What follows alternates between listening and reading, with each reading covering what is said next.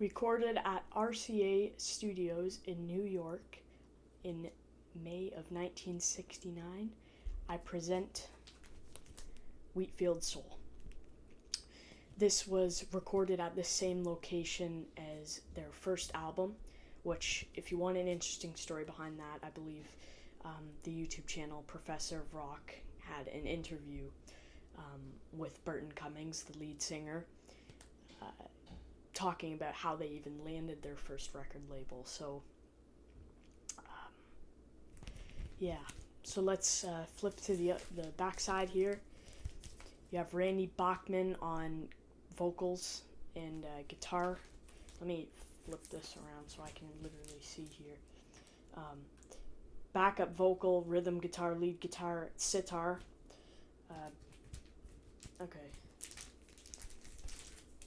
Burton Cummings on organ, lead vocal, rhythm guitar, and harmonica, and flute on Undone. A lot of people think Undone is the first spot where he used the flute, but I actually believe it was the song they did a cover on their album Let's Go, which I have up there too.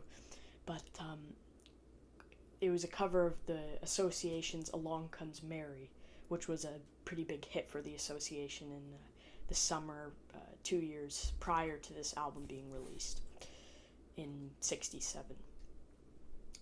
But anyways, there's a little flute part in there, and I believe that was likely the first time that Burton Cummings played the flute on record. So anyways, you have Gary Peterson on drums, and Jim Cale also Jim Cale on bass guitar and backup vocals. Everyone contributes vocals of some sort on here. It's just that Burton Cummings is the lead vocalist. Along with that, Gary Peterson also does backup vocals, drums, tabla, conga, and percussion. So, on the back here, you get a little glimpse into their previous album, released the year prior and recorded in the cold, dark winter of 1967 in New York. So it was probably a pretty bleak time. I think I'm not the only one who thinks this, but for the band, it wasn't the easiest time either. They had, according to the lead singer,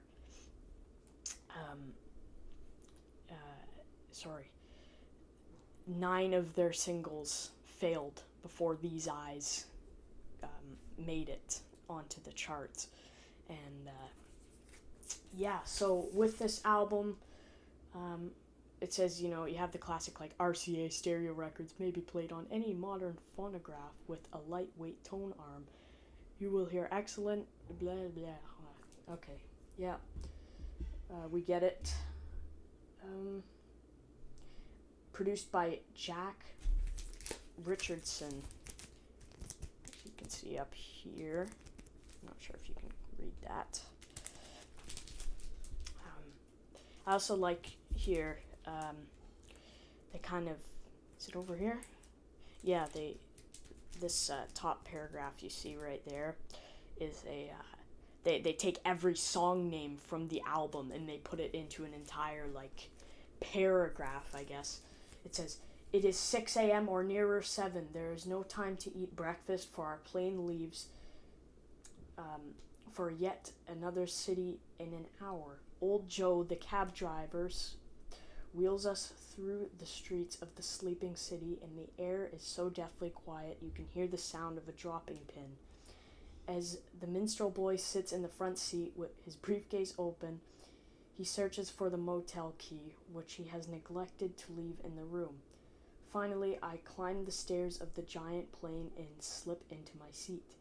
The stewardess gives me fair warning to fasten my seatbelt. That was undone, and once again we are airborne and laughing." A beautiful album. I really, for a while, actually, this was my most played album, and it's still, I still reach for it quite often. This is an original Hollywood RCA pressing, which I'm grateful because my grandmother actually got this. She said, I think it was sometime in like the really early 70s. But yeah, so without further ado, let's get straight into the album. Opening up with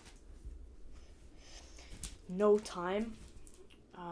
However, it's not the version that a lot of people know. It's the version with Randy Bachman's fuzzed out guitar tone and far out, like, kind of, I think there's almost some like tremolo or like whammy bar stuff going on there, especially at the ending of the song, where it has this kind of feedback, one note like feedback kind of wail that just, it fades out and then in comes the next song. But yeah, it also starts with this like 30 something maybe second intro of like some weird guitars playing like, just very like off-putting kind of quirky, weird sounding guitar parts overlaid. So there's double guitars doing that.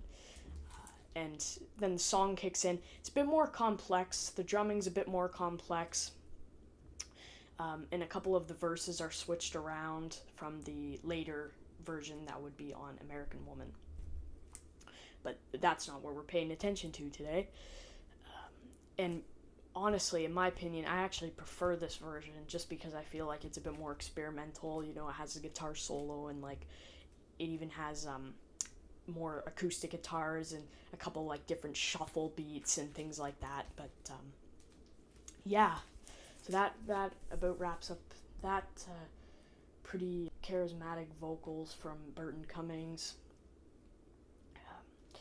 Then the next track, the second song on side one, is Minstrel Boy, which is almost a slowed Beatles-esque kind of like early Beatles, almost like Misery a little bit from their first album, Please Please Me. It's not even that upbeat. It's like, it's more in like a dark minor scale theme. It talks about like a minstrel boy whose dad died, and then he starts playing on his, I think it was a violin. Sorry, I can't even remember, but yeah, he basically turns to music for a way to grieve, and not grieve, but to escape from his sorrow, as it talks about in the song. And then we move into the third track, which is the classic Laughing. Has that catchy, like, chorus, and, the, like, laughing, thing like that. I know I'm not very enthusiastic, but the band actually said they wrote that on a tour bus in about 30 minutes. They said that after 30 minutes, the song was pretty much done. So, yeah, that just proves that sometimes it's only less than an hour that can change your life forever. And just, and even if you look on the front, it says contains the hit Laughing. And I like how they kind of disguise the album as another prairie product. Also, a play on words of the band Canned Heat, which was fairly popular at the time and performed at Woodstock, which the Guess Who unfortunately did not have the chance to do. And then, okay, so then we get into the Jazzy Undone, which features very tasty Randy Bachman playing, and kind of a jazzy Gary Peterson drums. And as well, I would like to contribute at least something to Jim Cale. His bass playing is it really gives a lot to the whole album. And for me, this is like kind of a fall album. I don't know why. I just feel like that. I just feel like that. But yeah, his bass serves a lot of these songs, and yeah, I definitely don't think that he's mentioned enough. Nor is Gary Peterson. If you listen to some of his drum solos on this album, like, it blows my mind how sometimes artists can just go completely under the radar, or over the heads of so many people. But sorry, oh my god, I'm trying to do an album review here. Anyways, apparently Randy Bachman wrote this song about when he was at a party in Los Angeles, and I believe it was Los Angeles. He was at a party, and it was somewhere down south in California, but anyways, they were all on drugs, obviously, and there was a girl by the pool, and I think she ended up going unconscious because she overdosed on like acid or something. It talks about how she climbed the mountain that was far too high, and then she found out she couldn't fly, basically referencing to her being on drugs. And then we close out side 1 with 6 a.m. or Near, which is a hugely underrated song. I think it has kind of a similar feel to Laughing a bit. It has that like tambourine and that catchy chorus to it, and yeah, I mean, it feels like an early morning song, I don't really know what else to say about that one. There's some overlaid Burton Cummings vocals where he kind of like drags out certain words, but he makes it sound good. And it's like, you just have to listen to it. I can't really like dissect everything here. But yeah, sorry, I know I keep saying like and yeah and like all this, but I can't really find anything else to say about side 1, so that wraps up side 1. And I also don't want to forget Burton Cummings' contributions on that song, because he did a very good song, and I couldn't see any other vocalist working with this group. So side 2 opens with the song Old Joe, and has kind of a again, they use quite a bit of like tambourine and other percussion instruments on here to give it that really like happy sound, I guess. But do they use that on Old Joe? I don't know if they use that on Old Joe. I'm sorry, I know this is coming across like I haven't listened to it, but I have. And this song talks about it talks about Old Joe, who's going through a bit of a rough patch, and basically Burton is saying like, is there something you could do for him right now if you were there? And then it says again, is there something you could say to him if you were there? Basically like saying, is there something you could do to help, I guess. But again, like, yeah, side 2 very unfortunately goes a bit unnoticed, I think. It's like, side 1 is pretty credible with tracks like No Time and Undone and Laughing, but then on side 2, you don't really have as many songs that people know. So it's like side 1 is kind of the more commercial side. But that does kind of apply to this album a little bit, although I do go for side 2 just as much, honestly. Next you have Of a Dropping Pin, which is another jazzy song. Yeah, I mean, very infectious guitar playing by Randy Bachman, and the bass is good. And I really don't know what to say. I mean, I'm not gonna sing it, but there's a couple little guitar downward walks down the fretboard that are really catchy and melodic, kind of using barred chords to move down the fretboard. And so kind of a jazzy tune. I'd recommend it. Next up, we have the by far the longest song on this album. It's called The Key, or just Key, clocking in at 11 minutes and 41 seconds. Includes I think it might be 7 minutes just worth of Gary Peterson drum solo, and then there's a little bit of Burton Cummings piano at the end, which is really nice. This is the moment where Gary Peterson just shines on this album. And again, it starts off with that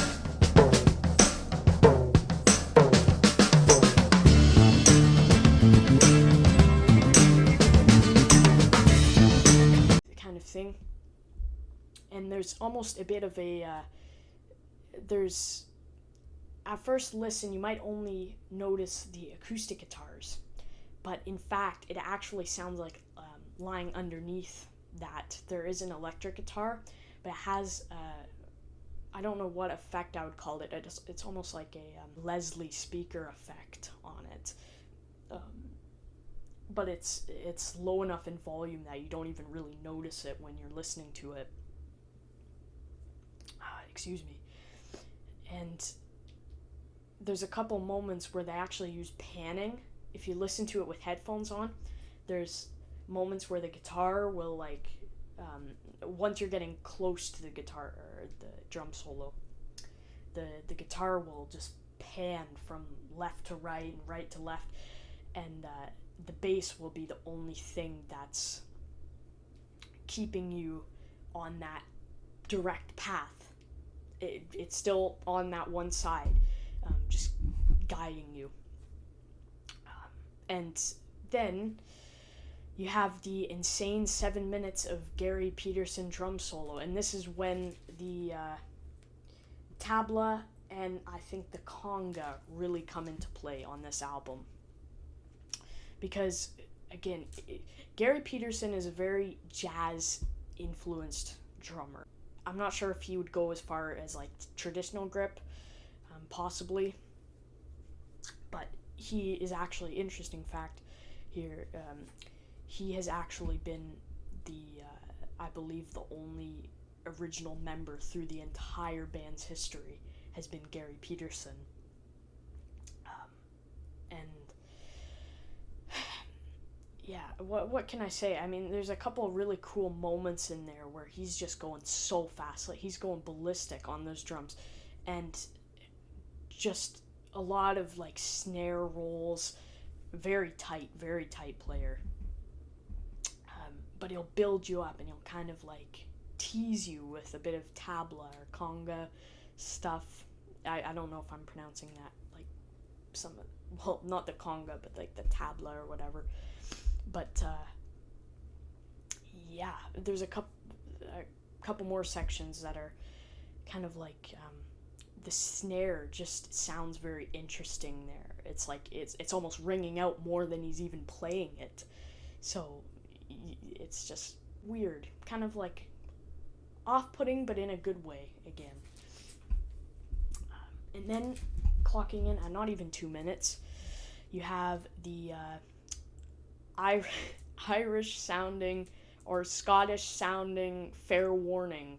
Basically, I think it was inspired by one of their managers on the road when they were over in England, just talking about the fame or things like that. It's kind of, it does have a good message though, as kind of quirky or funny as it is. It does have a good message if you listen past the intense sportskeeper Willie accent, if I might add that. Again, some kind of cool flamenco jazz style guitars and Fair Warning. Thank you guys for watching, and I'll see you in the next